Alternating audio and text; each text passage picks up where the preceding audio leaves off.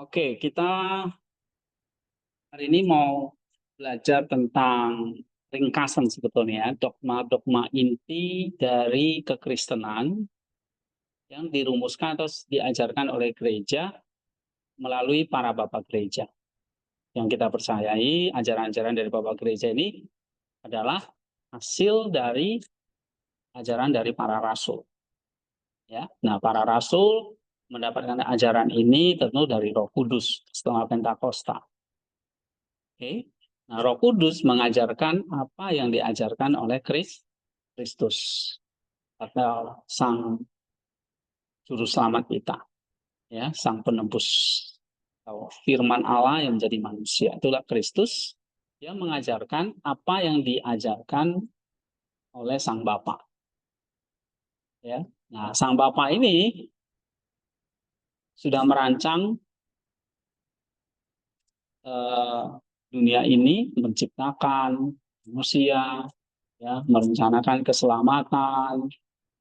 Sehingga kita bisa baca dalam perjanjian lama, misalnya ada penciptaan, ada Nuh, ada Abraham, ya, ada para bapak ini seperti Yusuf, Yakub, sampai berdirilah kerajaan Israel, ya. Terus ada para nabi, Daud. Nah, semuanya itu adalah eh, ajaran-ajaran yang ada itu dalam perjanjian lama itu adalah dari Allah. Kalau Allah itu berarti ya Bapa, Putra, Roh Kudus. Ya, sumbernya dari Bapa. Nah, akhirnya diteruskan, digenapi puncaknya dalam diri Sang Anak atau Sang Logos. Lalu Logos ini, Sang Anak ini yang berinkarnasi, ya, meneruskan ajarannya kepada para rasul. Nah, para rasul ini diterangi, dibuka hatinya oleh Roh Kudus. Nah, Roh Kudus inilah dengan para rasul inilah yang terus mengerjakan apa yang menjadi rencana dari Sang Bapa yang sudah dilakukan oleh Sang Anak di dalam Roh Kudus.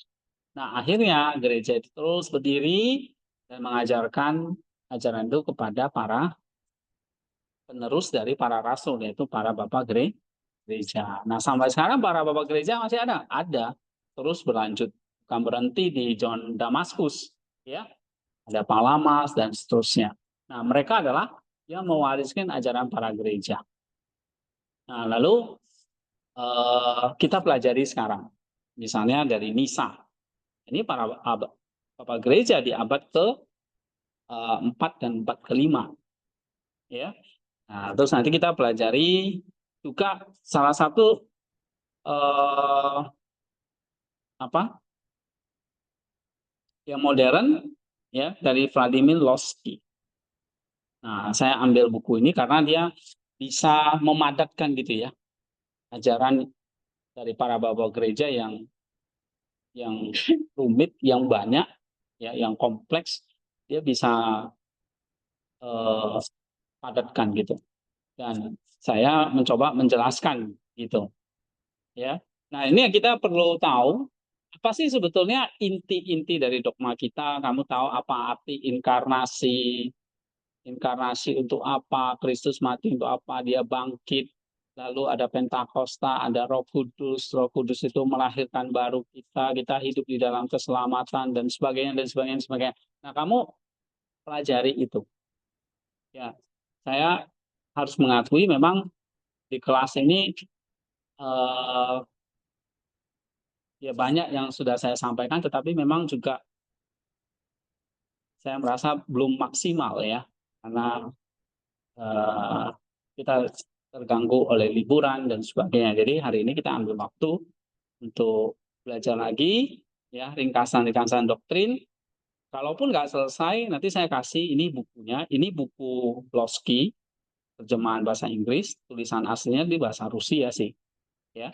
Nah, jadi saya nggak ngerti bahasa Indonesia, saya ngertinya bahasa Inggris, ya. Nggak ngerti bahasa Rusia, ya pakai baca buku terjemahan bahasa Inggris. Nah, ini dia ada bukunya, nanti saya kasih, ya. Dan ini penjelasannya, ya, ini sudah untuk diktat gitu. Nanti saya bagikan, kita mau bahas. Tapi ini cukup panjang, 66 halaman ya, dari 250. Saya ringkas jadi 66. Ya, namanya udah ringkas ya, berarti yang poin-poin penting. Oke. Nah, itu yang saya pikir kalian juga perlu tahu poin-poin pentingnya saja. Isinya ya memang harus didalami lagi. Tapi paling tidak tahu poin-poin pentingnya ya, jangan sampai nggak tahu. Nah, sebenarnya ada satu buku lagi. Ini sebetulnya wacana katekisasi atau pelajaran katekisasi untuk calon-calon baptisan yang sebetulnya merupakan pembelaan iman ya terhadap ajaran-ajaran pada saat itu, ajaran-ajaran bidat saat itu. Ya, ini yang dihadapi oleh Gregorio Nisa dan ini sangat baik. Saya udah ringkas buku ini yang kalau halamannya sih dia kira-kira mungkin 50 sampai 60 halaman, cukup padat ya. Ini ada bukunya.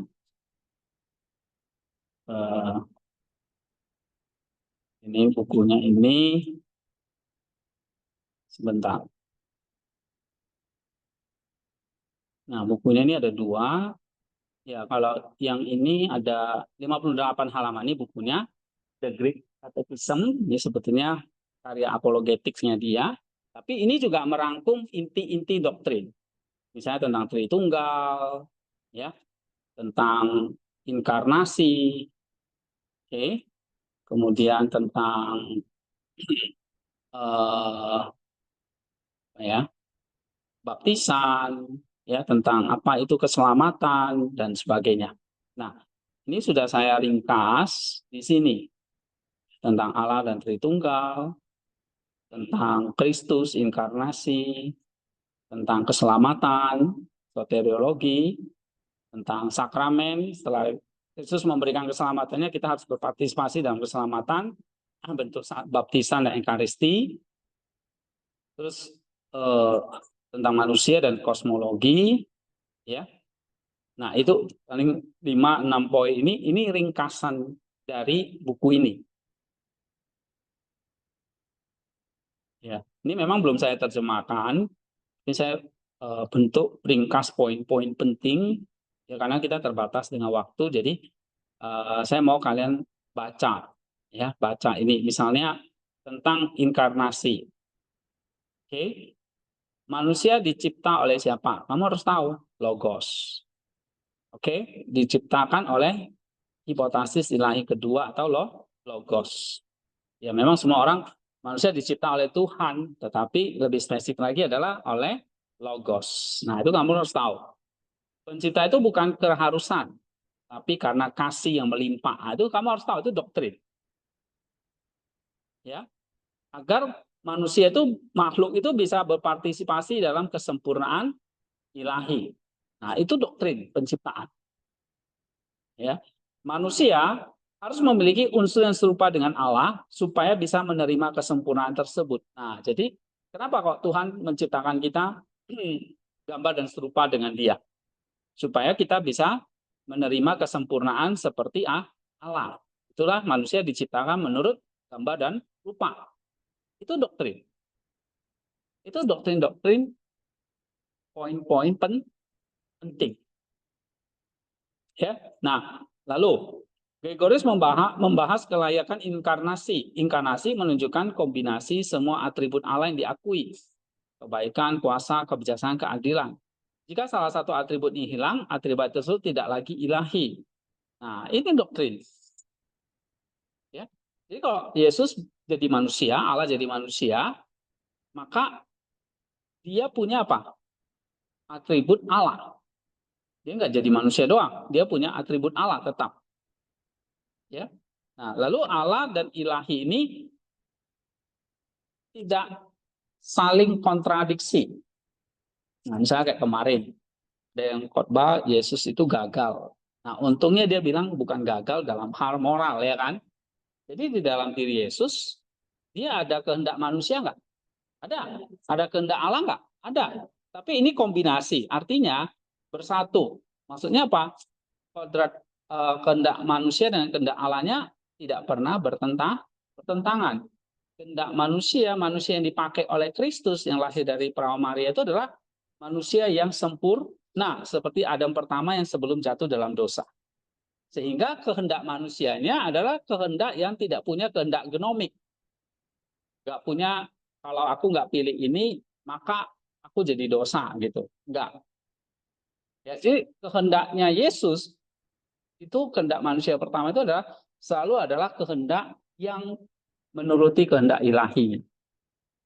Bagaimana kalau Yesus itu dicobain? Yesus itu kok berdoa di Taman Getsemani?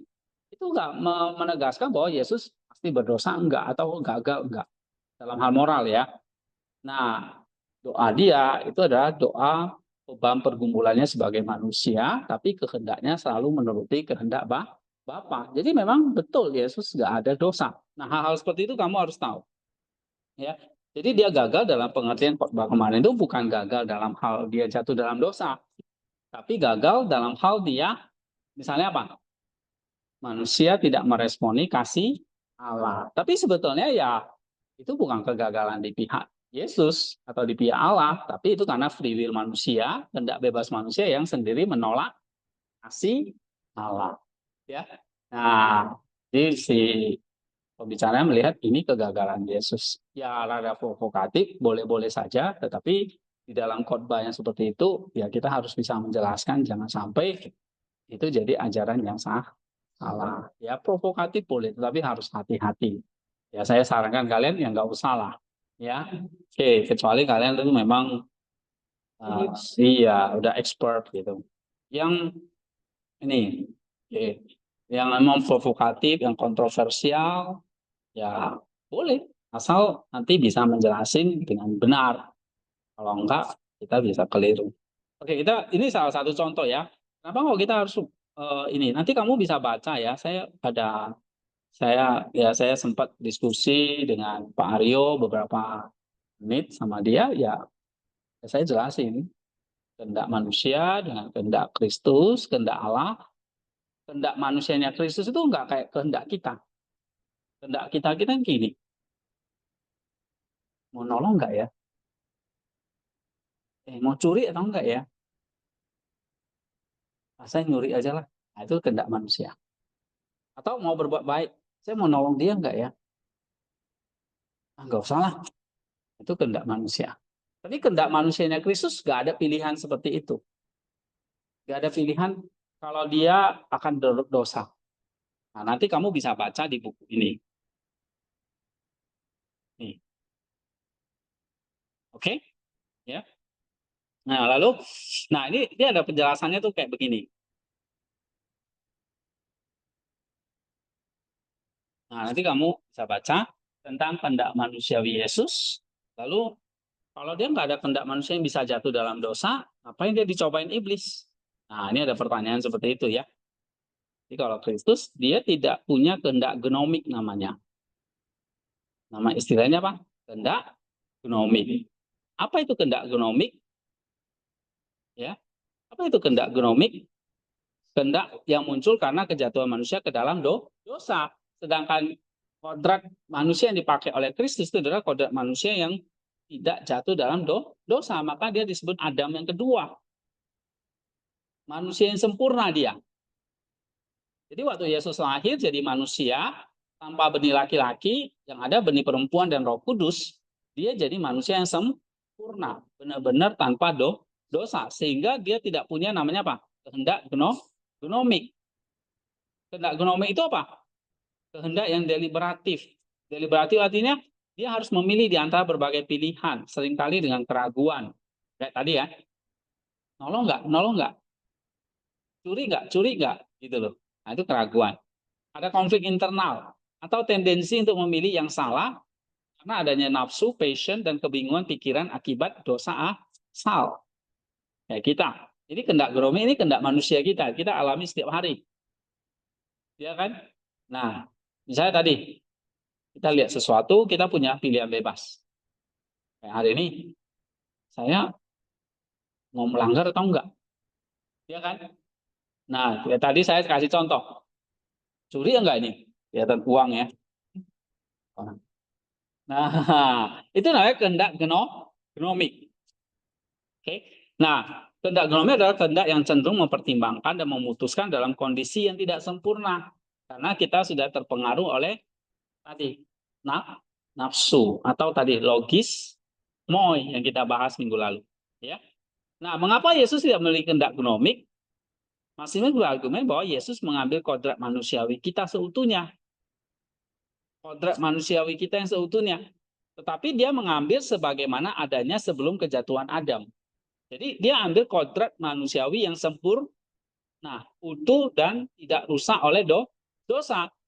Meskipun dia mengalami konsekuensi dari kodrat manusiawi yang jatuh, seperti kelaparan, kehausan, rasa sakit, kematian, dia bisa mengalami karena dia ambil kodrat manusiawi yang jatuh. Dia mengalami konsekuensi dari kodrat manusiawi yang jatuh. Ya, jadi dia sebagai manusia dia bisa mengalami lapar, haus, rasa sakit dan mati. Kehendak manusianya tidak pernah rusak atau terpilih oleh dosa. Kehendak manusia Yesus disebut juga kehendak kodrati. Nah, jadi dia bukan kehendak genomik, tapi disebut apa?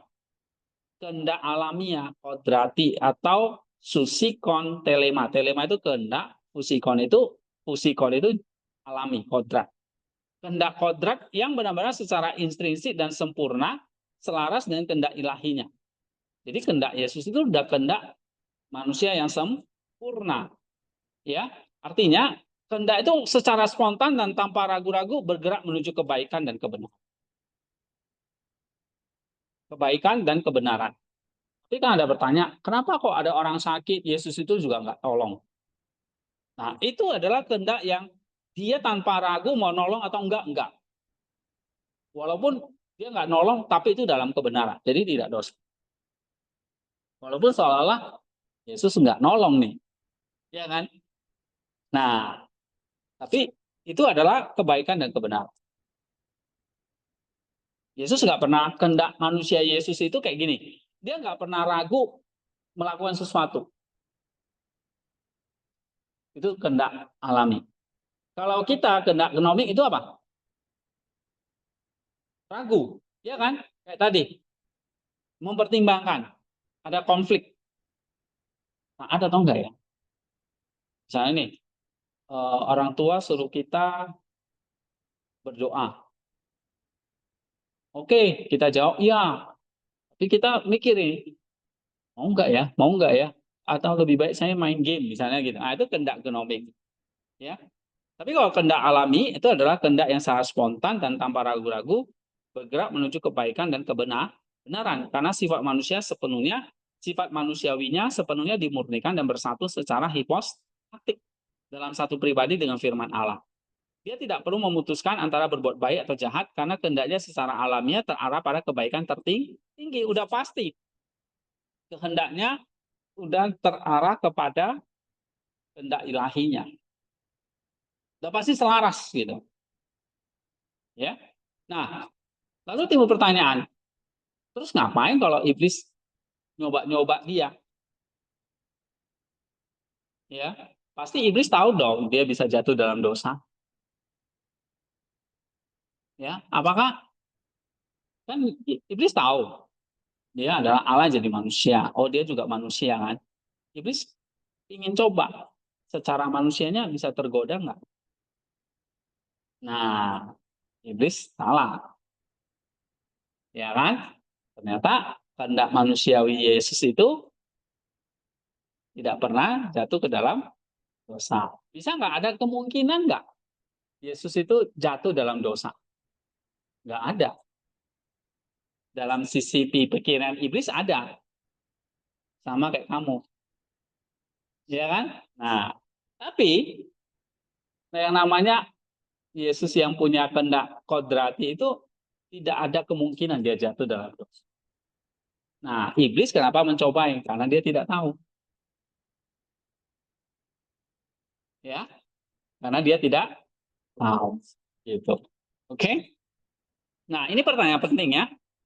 Jika Yesus tidak punya kehendak genomik, bagaimana dia bisa dicobain? Masalahnya adalah, tapi kok dia tetap dicobain? Nah, Maximus dan Lossky menjelaskan bahwa pencobaan bagi Yesus adalah serangan eksternal terhadap kemanusiaannya, bukan konflik batin di dalam kehendaknya. Jadi itu cuma serangan dari luar. Boleh dong diserang dari luar, nggak masalah. Tapi di dalam konflik internal, misalnya nih, Yesus tawarin ya, apa? Batu ini jadi roti. Kalau Yesus punya kehendak genomik, maka Yesus akan mikir kan, artinya, ya benar juga ya, oh diremehin ini, ubah aja lah. Ada nggak Yesus mikir seperti itu? Nggak ada sama sekali. Kalau dia sebab mikir seperti itu, berarti Yesus sudah jatuh. Kalau dia sudah jatuh, dia bukan manusia yang sempurna lagi, dia tidak bisa menyelamatkan. Nah, iblis masih berusaha masuk. Tadi mungkin saya salah. Apakah iblis tidak tahu Yesus punya kehendak manusia yang sempurna? Mungkin dia tahu, karena dia punya iman yang sempurna juga. Cuma memang ya dia namanya iblis, serang aja. Saya pikir gitu ya. Bukan karena dia nggak tahu. Saya koreksi. Dia tahu pasti. Karena Yakobus bilang dia punya iman yang ini ribuan tahun dibanding kita. Ya, imannya iblis itu lebih pintar dari siapapun, termasuk bapak gereja pun kalah gitu. Oke, dia tahu. Makanya dia bisa mencobain Yesus gitu. Makanya kenapa kok dia yang dicobain? Kenapa iblis itu nggak pakai Herodes ya? Dia udah pakai Herodes, pakai siapapun kan untuk bunuh Yesus. Cuma Yesus juga dicobain. Nah, ini berarti iblis ini kan punya iman yang luar biasa nih, sampai bisa mencobai Tuhan sendiri, pencipta dia sendiri. Luar biasa loh. Ya. Tapi apakah Yesus itu ada kemungkinan gini? Ya udahlah, setan gue musnahkan aja deh. Ya. Atau dia mikirnya gini, udahlah aku ubah aja lah. Main aku. Langsung kalau begitu dia mikir gitu, dia udah berdoa. Nah, jadi kalau sempat kita ngomong ada kemungkinan Kristus jatuh ke dalam dosa karena dia adalah manusia, itu kita hati-hati. Ya, hati-hati. Karena apa? Coba kamu kemarin saya sengaja bagi ini ya. Nih, dari Agustinus kemarin. Atau kita buka ini aja. Agustinus ngomong kayak gini. Ya, nih. Analisa Agustinus ini tentang kristologi ya. Dalam menanggapi kebingungan tentang anak manusia naik ke tempat dia yang semula, Agustinus dengan cermat menegaskan gini. Kalau waktu dia turun jadi manusia, ya, apakah dia bukan Allah lagi? Yesus adalah satu pribadi yang sebagai anak Allah selalu berada di surga dan sebagai anak manusia dia tetap ada di surga di dalam kesatuan pribadi bahkan saat dia berbicara di bumi. Hal ini menolak gagasan dualisme yang memisahkan kedua kodrat Kristus. Jadi waktu Yesus itu adalah satu pribadi dengan dua kodrat, waktu dia jadi manusia, kodrat Allahnya hilang dong. Enggak, tetap ada. Gitu. Ya, itu maksudnya. Jadi dia adalah anak Allah selalu ada di surga. Kan gini, anak Allah turun ke bumi. Jadi manusia. Berarti anak Allahnya di surga kosong dong. Nah, kalau kita mikirkan surga itu tempat kan gitu ya. Kayak udah turun, ya udah kosong kan? Enggak. Tetap dia ada anak Allah yang selalu berada di surga. Jadi waktu dia jadi manusia, dia tetap Allah nggak? Tetap Allah. Nah, waktu dia di bumi, jadi manusia nih, ya, apakah di surga kosong? Enggak. Nah, waktu dia naik ke surga, berarti di bumi kosong? Enggak juga. Karena dia selalu maha hadir. Dimanapun dia hadir. Hanya kita percaya. Kita beriman, situ Yesus hadir. Karena dia selalu, atau anak Allah selalu berada di surga. Sebagai anak manusia, dia tetap ada di surga di dalam kesatuan pribadi. Ya, nah itu dia. Jadi, yang mau saya katakan di sini, ya, Maximus dan Lossky menjelaskan bahwa pencobaan bagi Yesus itu adalah serangan eksternal terhadap kemanusiaannya, bukan konflik internal dalam kehendaknya. Sehingga kehendak manusiawinya itu juga submit kepada kehendak ilahinya. Karena satu sisi ini, dia satu pribadi. Ini punya dua kehendak. Ini yang kita jangan lupa. Kehendak manusia, kehendak alam ilahi. Ini selalu sinkron. Nggak pernah koslet gitu, nggak pernah. Lalu sinkron. Karena kehendak manusianya adalah kehendak nomik. Ini dengan ini berpadu menghasilkan apa? Satu kehendak pribadi. Ini kehendak pribadinya nggak pernah konflik. Nggak pernah konflik. Nah, iblis mau mencoba merusak ini. Ini kehendak ilahinya pasti, kalau kehendak Allahnya Yesus pasti nolak dong. Batu jadi roh, pasti nolak ya kan. Tapi kan iblis mengambil celah nih. Gimana kehendak manusianya? Jangan-jangan konflik ini. Begitu konflik, langsung Yesus bukan manusia yang berdosa, manusia yang sempurna lagi. Nah, jadi kehendak manusia Yesus ini selalu sinkron, menghasilkan namanya kehendak pribadinya. Sama lah kayak kamu manusia nih, Apomo, ya kan? Orang ya namanya Apomo pribadi. Tapi Apomo punya dua kehendak juga. Kehendak, kalau Paulus bilang itu kehendak daging, dan keinginan roh. Oke? Nah, ini namanya kehendak apa? Nomik. Kenapa nomik? Karena pasti selalu bertentang, konflik. Yesus, dia kehendak manusianya, ada nggak dia lapar, haus? Ada. Keinginan rohnya ada, tapi bertentangan nggak pernah. Nah, manusia yang jatuh itu kehendak daging, misalnya ya kan, makan sepuas-puasnya. Bertentangan dengan roh. Jangan serakah. Selalu kayak gitu. Nah, Yesus nggak pernah punya. Dia selalu selaras. Kalau kita manusia, antara daging dan roh itu kan saling berlawanan. Ya, Galatia 5, pasal 7 itu sudah jelasin gitu. Nah, kalau pribadi Yesus itu nggak seperti itu. Jadi dia menghasilkan satu kehendak pribadi yang selalu selaras dengan kehendak Allah. Nah, ini selalu sama. Ya, selalu sama. Nggak pernah nggak sama. Jadi pencobaan Yesus, ya, iblis mencoba Yesus dengan memanfaatkan apa? Nafsu kodrati manusiawinya. Ya. Misalnya lapar di padang gurun, keinginan untuk mendapatkan kehormatan duniawi, ya kan? Ya meskipun bukan dosa itu sendiri dapat menjadi pintu masuk bagi dosa pada manusia yang jatuh. Yesus mengalami tekanan dan godaan ini secara nyata sebagai manusia, tapi kehendak manusianya yang sempurna dan selaras dengan kehendak ilahinya tidak pernah menyerah atau mengiyakan godaan itu. Ya, dia tidak berjuang dengan kemungkinan untuk berdosa dalam arti memiliki kecenderungan internal untuk itu. Nggak punya. Sebaliknya, kehendaknya yang murni dan bebas dari dosa secara konsisten dan sempurna memilih untuk menolak godaan. Menunjukkan kemenangan total kodrat manusiawi yang telah dipulihkan dalam dirinya. Nah, jadi dia nggak pernah berjuang dengan kemungkinan untuk berdosa, nggak ada.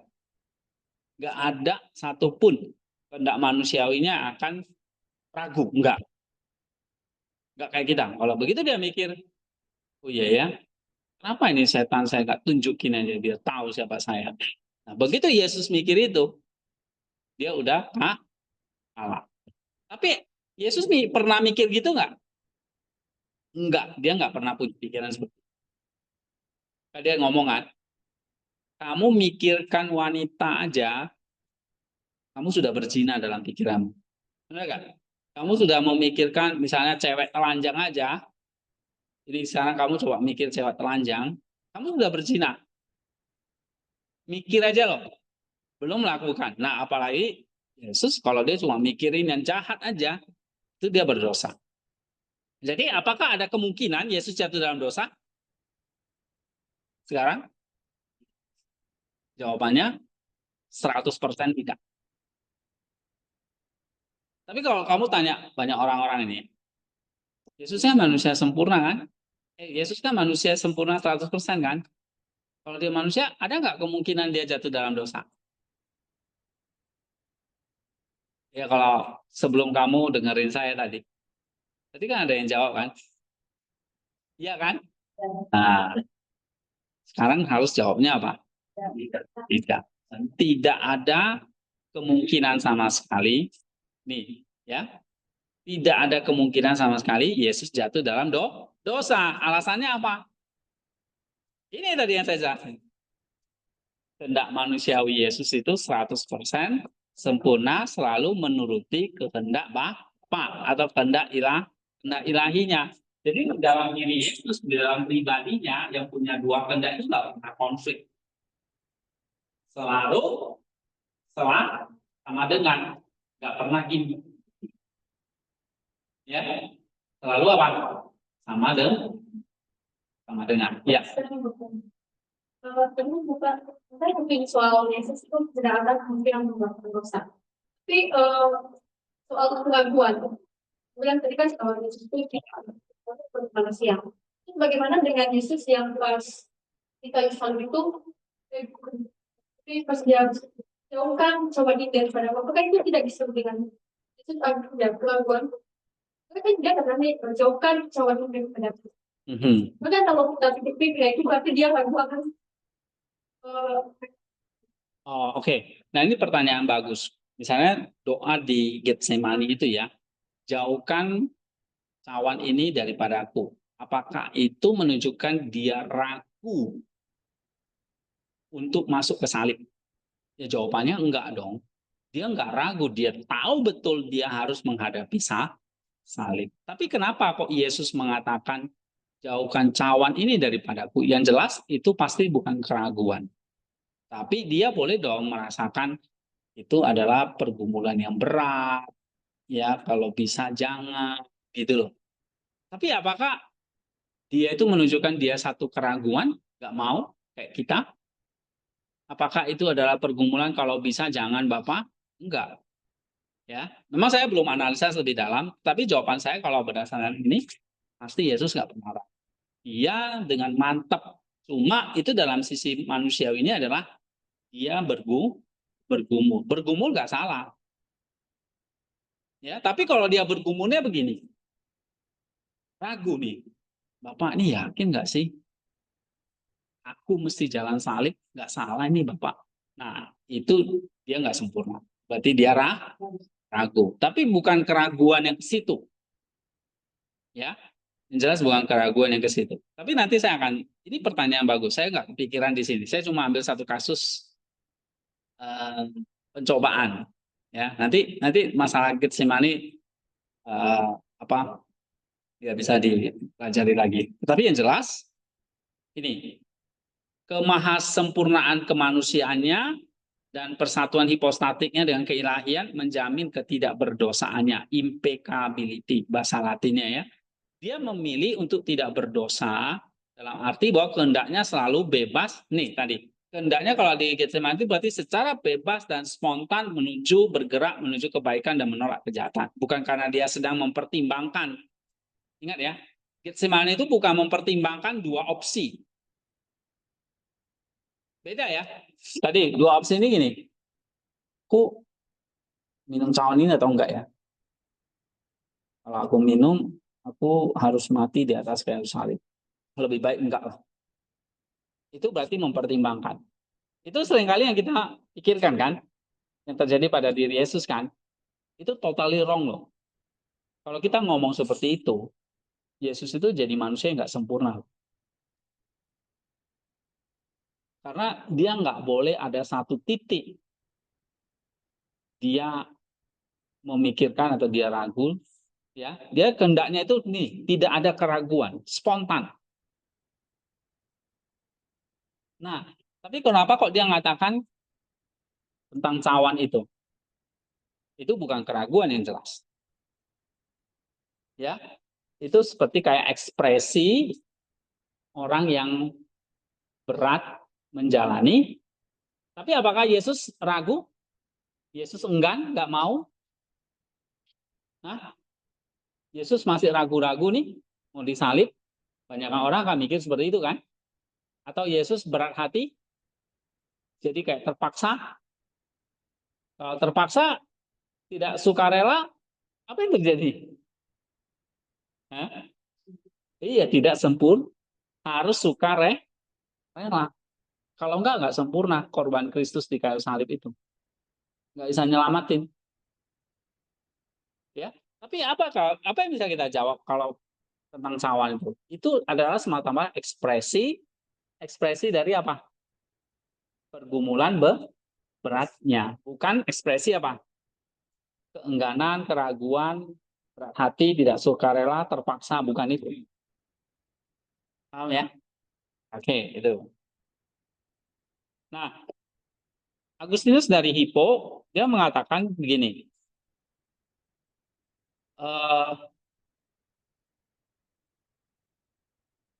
pada Agustinus tentang kehendak manusiawi Yesus, Agustinus menegaskan bahwa Yesus memiliki kehendak manusiawi yang sejati dan sempurna. Kehendak manusia ini meskipun berbeda dari kehendak ilahi, secara fundamental selaras dengannya. Ya. Agustinus berpendapat bahwa Kristus tidak dapat berdosa. Nah, ini non posse peccare. Kristus tidak dapat berdosa. Bukan Kristus ada kemungkinan dia bisa berdosa. Kan kalau kita ditanya kalau Yesus itu manusia sejati, manusia 100% manusia, ada nggak kemungkinan jatuh dalam dosa? Kamu mungkin tanya 100 pendeta, mungkin mereka akan jawabnya iya. Ya, karena itu mereka belum belajar ngerti tentang apa beda kehendak genomik dengan kehendak alamiah. Ya karena manusia ya pasti dong, kemungkinan dong dia bisa jatuh dalam dosa. Nih kasih bukti-buktinya. Yesus bisa dicobain. Yesus marah. Belum Yesus marah itu. Banting-banting apa itu? Di bait Allah itu kan? Yang paling jelas ini. Doa di Getsemani. Ya kan? Ya kan? Itu benar pergumulan manusia. Ada kemungkinan nggak Yesus jatuh dalam dosa? Ada, pasti kita jawab itu. Nah, sekarang kalau kamu belajar ini, tidak ada. Karena apa? Dia tidak punya kehendak genomi. Sedangkan Agustinus akan jawab apa? Kristus tidak dapat berdosa, non posse peccare. Itu kenapa? Karena dia menyatu dengan Allah, kodrat manusia Yesus disatukan dengan kodrat ilahi dalam satu pribadi firman Allah, kayak tadi. Kodrat manusianya dan kodrat Allah harmonis, menyatu menjadi satu kehendak pribadi. Nah, lalu dia katakan ini ada rahmat unik. Kemanusiaan Yesus menerima rahmat yang unik dan sempurna sejak awal pengandungannya atau konsepsi. Dia mau memelihara kehendaknya agar selalu sempurna dan tidak terpengaruh oleh dosa dan kecenderungan berdosa. Karena dari pengandungannya aja tidak ada benih laki-laki. Ya, jadi pencobaan dan kemungkinan berdosa bagi Agustinus, pencobaan yang dialami Yesus adalah nyata dan ujian terhadap kesempurnaan kehendak manusiawinya. Namun, seperti hanya Maximus, Agustinus tidak melihat adanya kemungkinan nyata bagi Yesus jatuh dalam dosa. Jadi Agustinus dari Barat itu juga mengatakan nggak ada kemungkinan Yesus jatuh dalam dosa. Ya. Nah, pencobaan itu tujuannya apa? Untuk menunjukkan kesempurnaan dan ketidakberdosaan Yesus justru. Jadi pencobaan iblis itu jadi satu contoh bukti Alkitab mengatakan bahwa Yesus tidak jatuh dalam dosa atau sempurna dan berdosaan. Bukan untuk menguji apakah dia bisa berdosa, enggak. Ini adalah tujuannya menunjukkan kesempurnaan dia, bukan menguji dia bisa berdosa atau enggak. Nah, itu kata Agustinus ya. Kehendak Yesus selalu memilih kebaikan dan tidak pernah terpengaruh oleh godaan untuk berbuat dosa. Tidak pernah terpengaruh. Pengaruh bisa datang, tapi terpengaruh enggak? Tidak. Dia terpengaruh enggak? Ya, misalnya waktu dia ngajar banyak orang yang membunuh dia, itu kan serangan dari luar kan, mau bunuh dia kan. Dia terpengaruh, misalnya terpengaruhnya gini, jadi benci dia. Kurang ajar ini orang-orang ya. Gua datang nolong kalian, malah nggak tahu terima kasih. Kalau kita kan pasti mikir gitu kan, lu kurang ajar ya. Gue udah nolongin lu. Orang Jakarta kan bilang gitu ya. Gue udah nolongin lu. Sekarang lu malah jelek-jelekin gue ya. Gitu. Ya kan? Sabet lu. Gitu misalnya. Kalau manusia itu pasti seperti itu. Nah, Yesus bisa terpengaruh nggak? Nggak. Tapi pengaruh itu ada nggak? Nah, sama kayak di Getsemani. Ya, dia mau menghadapi salib yang berat. Penderitaan itu dari luar akan datang. Dia tahu. Tapi dia terpengaruh nggak? Ya, tapi dia berdoanya dengan berat, apa? Dengan pergumulan yang berat. Tapi dia terpengaruh nggak akhirnya menolak salib itu? Enggak kan? Atau dia ragu nggak? Atau dia tidak sukarela nggak? Terpaksa nggak? Berat hati nggak? Enggak. Pokoknya 100% tidak ada dosa di situ. Kenapa? Karena kehendak Yesus selalu memilih kebaikan dan tidak pernah terpengaruh oleh godaan untuk berbuat dosa atau kejahatan. Nah, kebebasan Yesus adalah kebebasan untuk tidak berdosa. Itu dia yang penting dari Agustinus ya. Kebebasan Yesus adalah kebebasan untuk tidak berbuat dosa, yang adalah kebebasan tertinggi menurut Agustinus ya. Jadi perbandingan singkatnya begini, ringkasannya. Maximus Locis menjelaskan ketidakberdosaan Kristus melalui konsep tanpa kehendak genomik dan fokus pada kesempurnaan kehendak manusiawinya yang selaras ilahi. Pencobaan adalah serangan eksternal. Agustinus menjelaskan ketidakberdosaan Kristus melalui persatuan hipostatik dan rahmat unik yang memelihara kehendak manusiawinya dalam kesempurnaan mutlak. Pencobaan adalah ujian yang menegaskan kesempurnaan itu. Justru pencobaan itu menegaskan kesempurnaan Yesus, bukan sarana untuk menguji dia bisa berdosa atau enggak. Ada kemungkinan berdosa enggak? Jawabannya tidak ada sama sekali kemungkinan dia berdosa. Ya.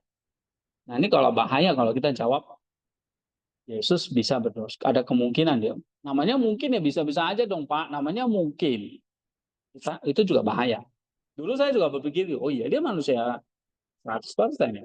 Ya berarti ada dong kemungkinan dia kurang ajar, kemungkinan dia berbohong, kemungkinan dia apa? Memikirkan, kan dia laki-laki ya, pasti dia kan juga kemungkinan dia memikirkan tentang hal-hal yang berbau zina, ada nggak?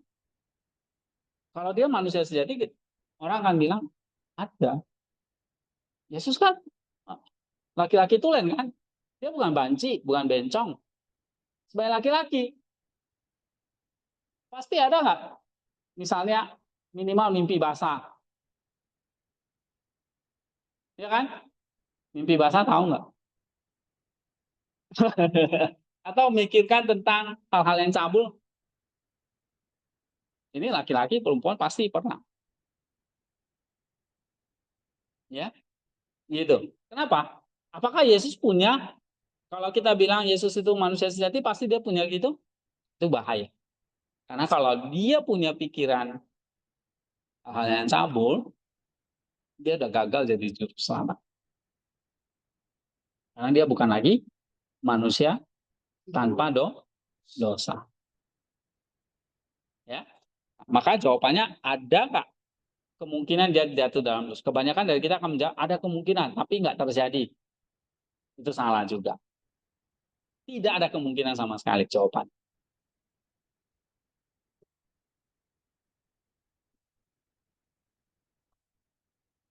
Nah, kamu harus jelaskan kodrat manusia yang dikenakan Kristus itu adalah manusia tanpa cacat, tidak terkontaminasi dengan dosa asal. Iya,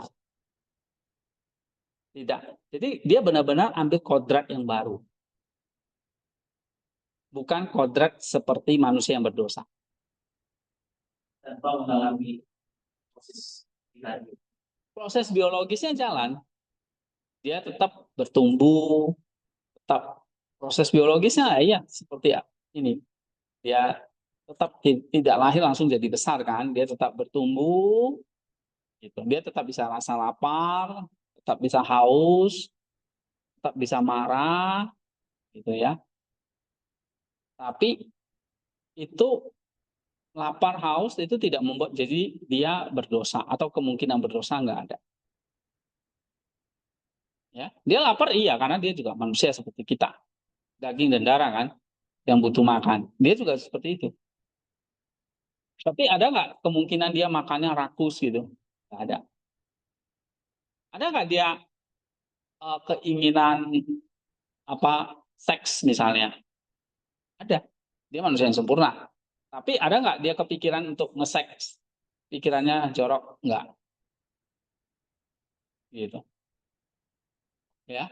Nah, mungkin keinginan makan, keinginan seks itu kan keinginan-keinginan yang tidak membawa orang itu langsung berdosa kan, kayak kamu makan, mau makan, lapar, itu kan bukan dosa gitu. Ya. Nah, kalau seks dalam pernikahan gitu ya kan. Nah, itu bukan sesuatu yang dosa. Itu keinginan diberikan oleh Tuhan, kebutuhan biologis tadi. Ya. Kebutuhan biologis misalnya perut makan, sel kita perlu makan, itu kebutuhan biologis. Nah, kebutuhan biologis itu kebutuhan alamiah. Ngerti? Kebutuhan alamiah yang memang dibutuhkan oleh tubuh. Dan itu dirasakan oleh Yesus. Yesus bisa nangis ya kan. Oke. Yesus bisa lapar. Yesus bisa apa marah. Tapi pertanyaan, Yesus bisa sakit nggak? Misalnya sakit flu lah minimal. Hah? Karena dia tidak ada dosa dalam dirinya, maka tidak ada penyakit yang bisa menyerang dia. Oke, itu bedanya. Sakit. Oh iya, kalau dipukul sakit. Tapi bukan juga sakit yang nggak bisa sampai tak tertahankan. Ya, dia sakit yang dia bisa tahan. Oke, makanya kalau kamu lihat ikon salib, itu dia nggak digambarkan kayak menderita di film-film itu. Biasa aja wajahnya itu tenang, karena dia bisa menahan sakit itu.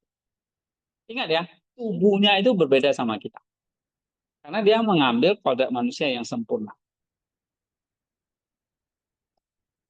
Oke, dia tidak punya kehendak genomik seperti kita, ya. Jadi apa? Tubuhnya sehat, sehat. Apakah pernah sakit? Saya yakin tidak. Memang Alkitab nggak menjelaskan, tapi tidak pernah sakit. Ya, apakah Yesus perlu divaksin? Enggak. Tubuhnya sempurna. Hah? Apakah Yesus pernah flu? Tidak. Tapi apakah Yesus lapar? Iya. Dia, ya, tubuhnya perlu makan. Ya, tapi kalau serangan-serangan jahat seperti virus apa, saya rasa tubuhnya itu sempurna bisa menang. Ya, jadi ibaratnya. Tapi misalnya dia capek, bisa nggak? Iya. Dia lapar, dia haus, iya, dia bisa. Oke, itu ya. Nah, ini saya teringat ini satu topik yang penting sebetulnya masih ada banyak ya. Nanti kita bahas lagi. Ada pertanyaan nggak? Ya. 100% alam, juga 100% manusia. Tapi saya bisa bingung di 100% manusia itu. Nah, seperti yang rekor Bapak kemarin itu bilang, segala sifat-sifat yang dimiliki manusia itu juga dimiliki oleh Yesus itu. Ya, tapi ada hal-hal tertentu kita mesti bedain. Contohnya misalnya tadi, dia nggak punya kehendak seperti kita. Kehendaknya itu murni, kodrati alami. Karena dia mengambil kodrat manusia yang sempurna. Tanpa perkawinan antara laki-laki dan perempuan. Nah, itu orang tuh sering lupanya itu di situ. Iya, benar. Benar-benar innocent. Jadi dia benar-benar manusia yang nggak ada satupun di dunia ini. Belum ada. Cuma dia baru satu ini. Ya. Dan yang kedua itu adalah Maria. Karena dia sudah dikuduskan oleh Roh Kudus. Jadi Maria memang sejak pengudusan Roh Kudus itu tanpa dosa. Nah, jadi adalah dia karena dia ibunya ya, masa anaknya sempurna, ibunya enggak. Itu kan pikiran yang simpel aja. Jadi manusia yang kedua yang benar-benar sempurna tanpa dosa itu adalah Maria. Karena dia sudah dikuduskan oleh Roh Kudus. Ya, memang ada tradisi yang mengatakan habis itu kan Maria itu kan cuma kayak tempat numpang Yesus lahir doang. Habis itu kan dia punya anak lagi dengan Yusuf, ya kan? Nah, itu kita nggak percaya doktrin seperti itu. Dia benar-benar perawan yang sempurna. Dia lahir ya dia tetap jadi perawan. Ya, gitu. Ya memang itu dalam tradisi Timur ya. Tapi kalau dalam tradisi Barat, di Barat itu melihat Katolik nggak seperti itu. Tapi Protestan mengklaim ya Maria Maria itu cuma ibu biasa aja. Dia cuma memang dia lahir dari perawan. Ya dia Yesus itu lahir dari perawan. Maria belum bersetubuh dengan Yesus Yusuf. Tapi setelah itu ya Maria itu sebetulnya perempuan biasa, jangan ditinggikan. Nah itu karena konflik panjang sejarah ya. Ya, tapi saya kira nggak semua orang Protestan, banyak Luther dan sebagainya itu juga percaya. Luther, Calvin itu juga percaya setelah lahir melahirkan Yesus, Maria itu tetap perawan. Ya mungkin kalangan-kalangan Baptis, yang reformasi yang rada radikal seperti yang lain mungkin akan menganggap nggak sesuai. Tapi Luther, Calvin, Agustinus semua mengatakan Maria itu tetap perawan dan tanpa dosa. Ya, jadi devosi kepada Bunda Allah yang adalah Bunda Tuhan kita itu oke aja.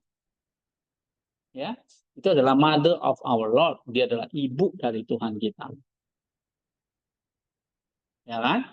Ibu dari Tuhan kita yang tentu dia juga punya, dia adalah kehendak yang ya tanpa dosa.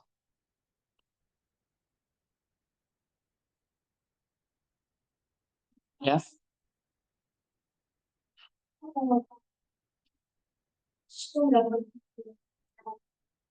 Terus disalutkan, Yesus itu berkata, anakku, kenapa engkau menghadap aku? Itu aku udah kayak nggak percaya gitu.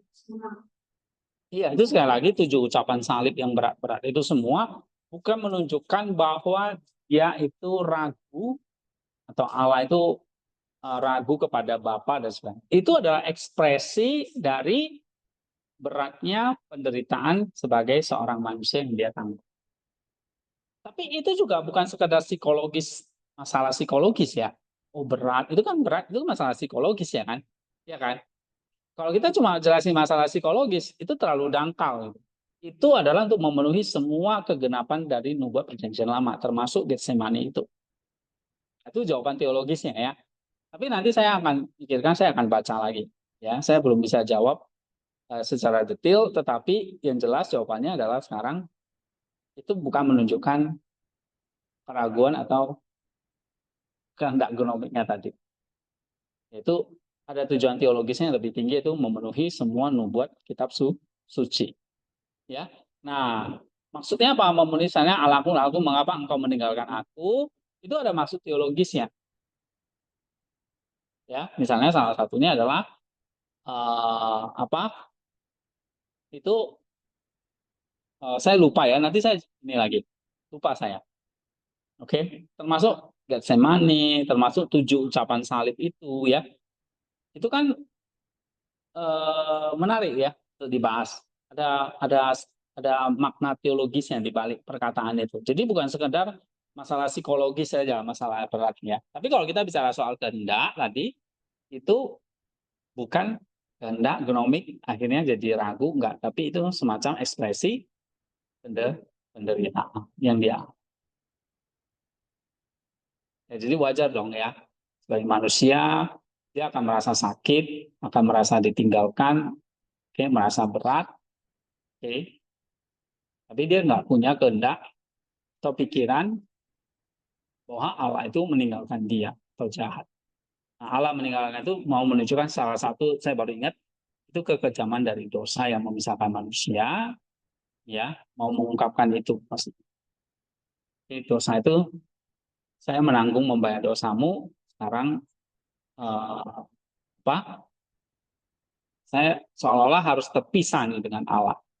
Nah, dosa itu kan terpisah dengan Allah, ya kan?